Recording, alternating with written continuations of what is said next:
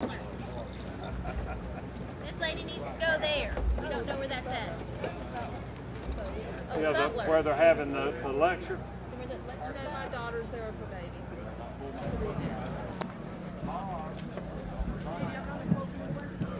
You need a different paddle? Try this.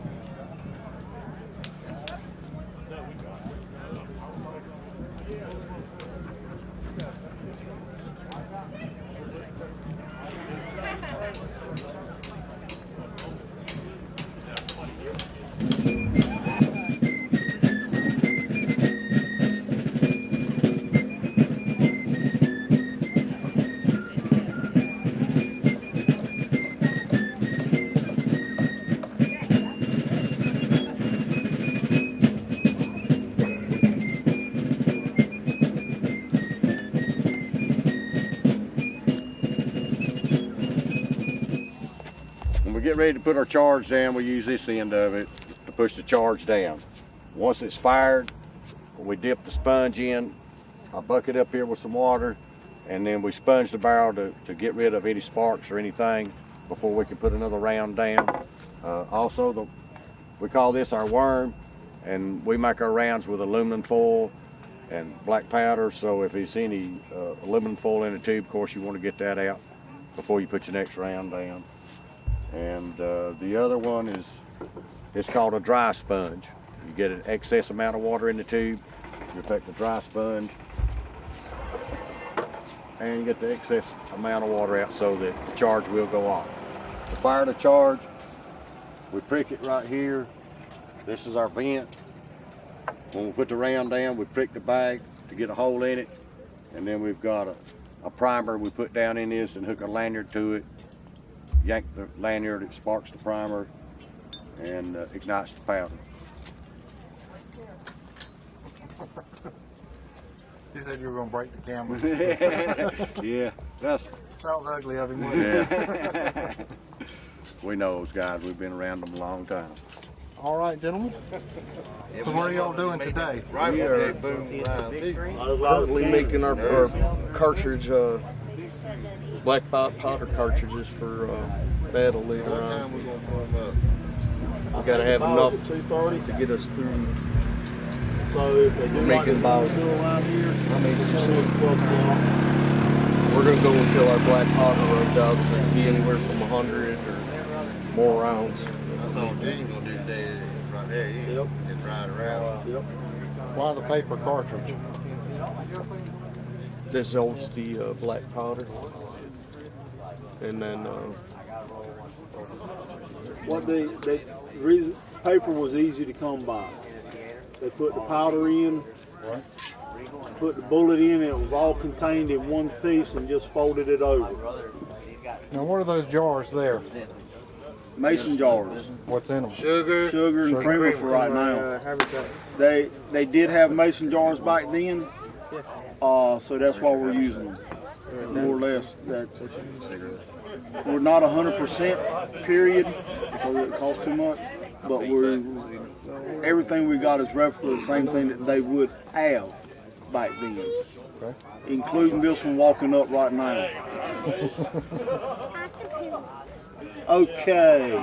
You want me to take you? You want Uncle Lynn to take you? You want Daddy to take you? All you gotta do is just walk up there. Look, Thank you, you gentlemen. want me to take you? Come on, let's go. Now what kind of victuals y'all got here? got some stew. Stone, you know stone stew? I've never heard of it. Guy walks up to a lady and said we're making some stew, making stone stew. The lady says, you can make stew out of stones? He said, oh yeah, it makes good stew. He said, watch here. Got a bucket of water, and put some rocks in there, and he said, yeah, but you know, stone stew's pretty good, but if you throw in a few carrots, it really helps it out. She said, well, I got a few carrots in the kitchen. They threw in a few carrots. And, you know, maybe a potato or two would really bring out the flavor. And sticks in some potatoes, and you know, maybe a chunk of meat, some side meat or fat back in it or something just to give it a little thickness. And put in some of that, you know, maybe a few beans, stuck in some beans and stirred it all up and said, now try it. She said, boy, you're right, that stone stew is pretty good stuff. Yeah, we're just in garrison right now. This isn't really an army on the move. All these heavy tents and stuff would be carried by supply wagons. Once the army became more mobile, they would ditch these heavy tents and switch over to what they called shelter halves. 2 square pieces of canvas with buttons and buttonholes down the side. And then one soldier would carry 1/2, which is a square piece. And he'd buddy up with his buddy at the end of the day's march. They'd button their 2 halves together and just make a long rectangular piece of canvas, and then they could stretch that over 2 sticks and a ridge pole in between and make the army a lot more mobile. Now, the supply wagon still had to keep up with the army. Officers' tents, flies, cooking equipment like that kind of stuff that the soldiers couldn't carry. Ammunition wagons, things like that, ambulances for the wounded, that sort of thing. We got us a new flag, and let me hold this up so you can sort of see what this is. It's a nearly full-size flag, reproduction of the 33rd North Carolina, who was here. So, Now, why do they go with the red, white, and blue? well, they sort of patterned it from the first National Confederate flag, but they put their own sort of stamp on it. So they used the same color scheme, 1 star standing for North Carolina, and of course they have the 2 significant dates, the one that's related to the Revolutionary War period, which is dated to when Charlotte told King George where to go, right? And then May 20th, 1861 was when North Carolina seceded, right? So this became the Republic of North Carolina flag for 1 day, and then it became a state flag under the Confederacy. So early war, this is the flag that a lot of North Carolina troops carried with them, right? So we're portraying the 33rd in the battle. This is not a typical stack. Usually a stack would have had 4 rifles in it, but because we didn't have enough to make 2 stacks, we just bundled it all together. But if you notice, all the rifles have the bayonets, and most of these weapons here are probably Springfield or Enfield, 53 or 61 models. It's very rare for us to get actually an infield unless they just got it off of a dead Union soldier. Yeah. Typical weapon down here was the Springfield. Or you had Richmonds, you had some Fayetteville stuff, you had some smoothbore things that were left over that they converted from, you had the flintlock stuff that was converted all around, but a lot of that stuff was replaced right about this period of time that we're portraying today. All that stuff was replaced with the quote modern weapons, right? So they all went to the rifles, right? So you have the accoutrements here, you have the cartridge box, maybe carried between 45 and 65 rounds, and then you had your cap box, which percussion caps, obviously, to discharge the weapon. And these belts are typical North Carolina belts. They were roller buckle belts usually, and they were distributed throughout most of the troops in the early part of the war anyway. But this is a typical stack. They would have just laid everything on top of the stack, and then when they fall back in, they would just grab their stuff, put it on, and then reform into a company. Stacking was a whole art in itself. When you're in the ranks and you have to have your partners, you have 4, they're a squad, and they would have to know how to line up and get all that out there. So, I'm Private Jeff Bockert, Company A, 9th New Jersey Volunteers. Sure thing. And why is the Union Army here? We're here, we captured Roanoke Island. It's here to take Eastern North Carolina back for the Union Army. And New Berne is the central key. So we were told by our commanders that New Berne had to fall in order for us to achieve what we had to do. And from here, when the battle begins, where are y'all going to be positioned? My regiment, the 9th New Jersey, is going to be on the left of the line, and we're going to be marching toward what was known as the brick kiln, and also the trenches toward the 26th North Carolina. Now, are you going to be on the left side pincer move? Yes, we'll be the first ones to hit the 26 North Carolina line, and our colors will be planted on those by our colonel. And how long does the battle last? And what's the outcome? The beginning of the battle took a long time, basically trading fire with the entrenched rebels. After that, after we exposed their hole in their line, we went through it, charged from the 9th New Jersey, and others followed in, and basically we cut the Confederate Army in two, and then they started retreating very quickly after that. Tell me a little bit about your weapon. It's a model 1861 Springfield rifle. These were issued to our regiment in November of 1861, and we were known as a rifle regiment from New Jersey. So these were the first ones to be issued. What caliber is the weapon? It's a 58 caliber. And bayonet? The bayonet, yes, would be fitted onto the weapon itself, and a triangular bayonet in the Gaylord pattern So it didn't move. scabbard. Probably took longer to cut it out than it did actually.